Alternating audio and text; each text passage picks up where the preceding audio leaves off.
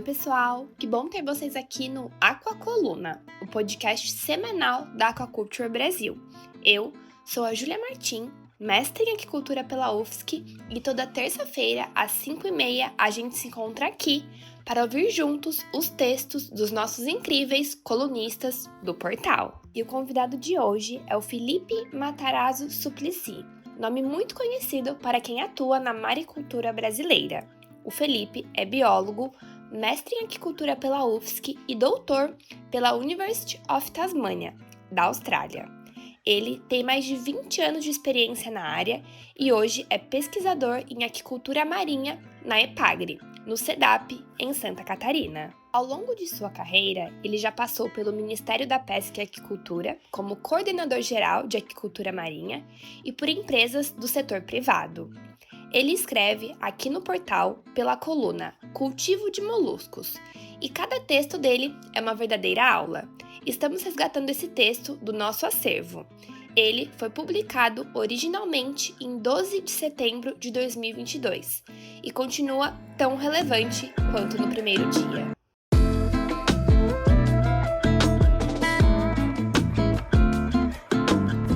O texto de hoje fala sobre algo que pode parecer simples, mas que define o futuro de qualquer fazenda marinha: a escolha do local certo para instalar o cultivo. Quais são os fatores que realmente importam? O que não pode ser ignorado?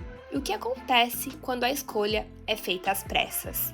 O Felipe organiza tudo isso de um jeito muito claro, separando o que é essencial do que é desejável e dando dicas práticas para quem está planejando entrar ou crescer na maricultura. Esse episódio é oferecido a você por DSM Firmenich, Ingipesca, Invi, MSD, Fibro, Hagif, Supra e Fosfish, empresas que acreditam no futuro da aquicultura brasileira e tornam esse conteúdo possível. Vamos lá? Seleção de locais para cultivo de moluscos, por Felipe Matarazzo Suplicy, publicado em 12 de setembro de 2022. A seleção do local ideal para o cultivo de moluscos é um processo crítico que pode definir o sucesso ou o fracasso da fazenda.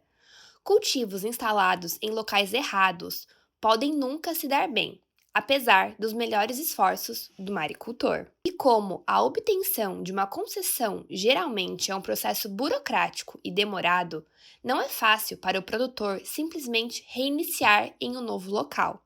Por isso, a melhor abordagem é não se apressar nesta etapa e realmente fazer uma seleção bastante criteriosa do local. Ao selecionar um local, deve-se considerar cuidadosamente uma série de fatores que podem ser agrupados em fatores primários e secundários.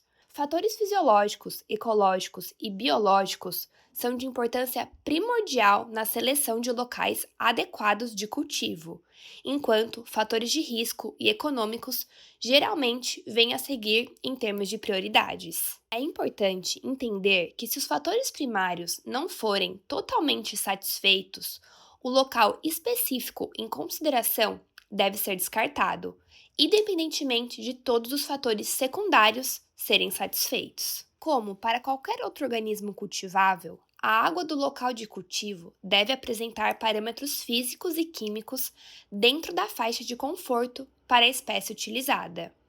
Temperatura e salinidade são os fatores primários mais críticos, que podem causar mortalidades em massa, devido a choque osmótico ou estresse térmico, e o produtor deve se assegurar de que valores médios e extremos encontrados durante o ano estão dentro do intervalo ideal. Para o sistema de cultivo suspenso, como balsas ou loglines, a profundidade da água pode ser um fator limitante, pois, normalmente, uma altura mínima de 3 metros de coluna de água é essencial durante as marés baixas. Os petrechos de cultivo suspensos nunca devem tocar o fundo, principalmente para evitar que os predadores atinjam menos 1 metro acima do fundo do mar, durante as marés mais baixas reportadas para o local. Informações sobre as épocas do ano com maior incidência de incrustantes também podem auxiliar no planejamento operacional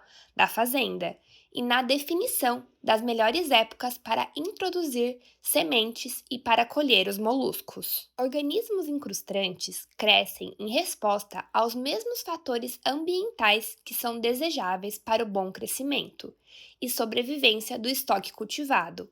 Então, este é um problema que deve ser controlado em vez de evitado. A qualidade sanitária do estuário ou da baía é outro aspecto secundário muito importante, dado que a atividade filtradora dos moluscos pode causar sérios danos à saúde do consumidor. Embora os moluscos cultivados em locais com a presença moderada de coliformes possam ser purificados através da depuração, este tratamento implica custos adicionais, além de complicar a logística e a integração das etapas de cultivo e de processamento.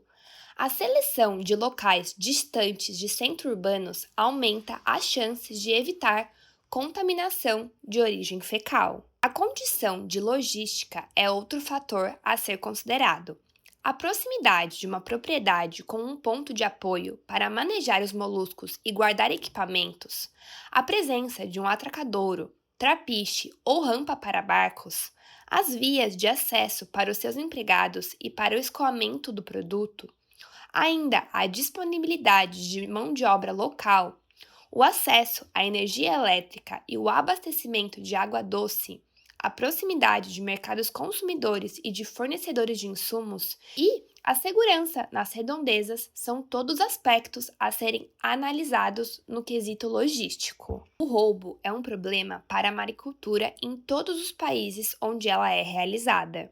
Embora roubos e atos de vandalismo sejam riscos reais ao cultivo, o fato de o local selecionado ser bem na frente na casa do produtor não garantirá necessariamente que estes eventos não ocorram, a menos que ele possa arcar com os custos de manter uma vigilância contínua da fazenda. Um aspecto importante é a boa relação com seus vizinhos e com os demais usuários da zona costeira.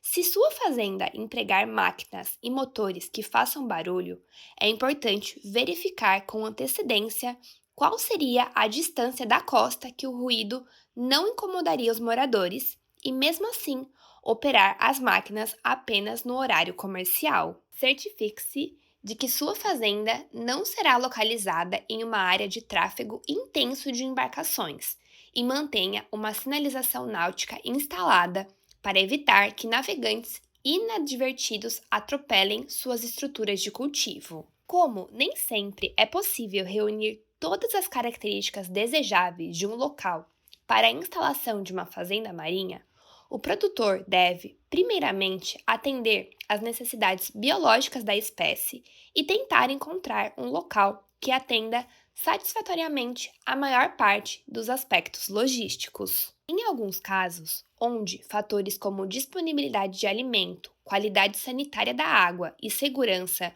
não estejam simultaneamente disponíveis, pode ser interessante manter duas áreas de cultivo, sendo uma para as sementes no início do cultivo e outra para a fase de crescimento final. A proibição temporária de colheita em um determinado local, devido à floração de algas tóxicas e a consequente interrupção no abastecimento, pode enfurecer seus clientes se você não tiver outra área onde possa colher seu produto. Embora a manutenção de duas áreas de cultivo possa significar um aumento no custo de produção, em algumas circunstâncias, esta alternativa pode ser desejável ou necessária.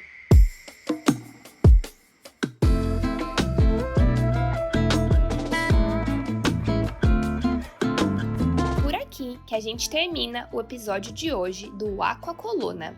Espero que o texto do Felipe Suplicy tenha sido útil, seja para quem está planejando entrar na maricultura, para quem já está no mar e quer revisar o que fez, ou para quem estuda o tema.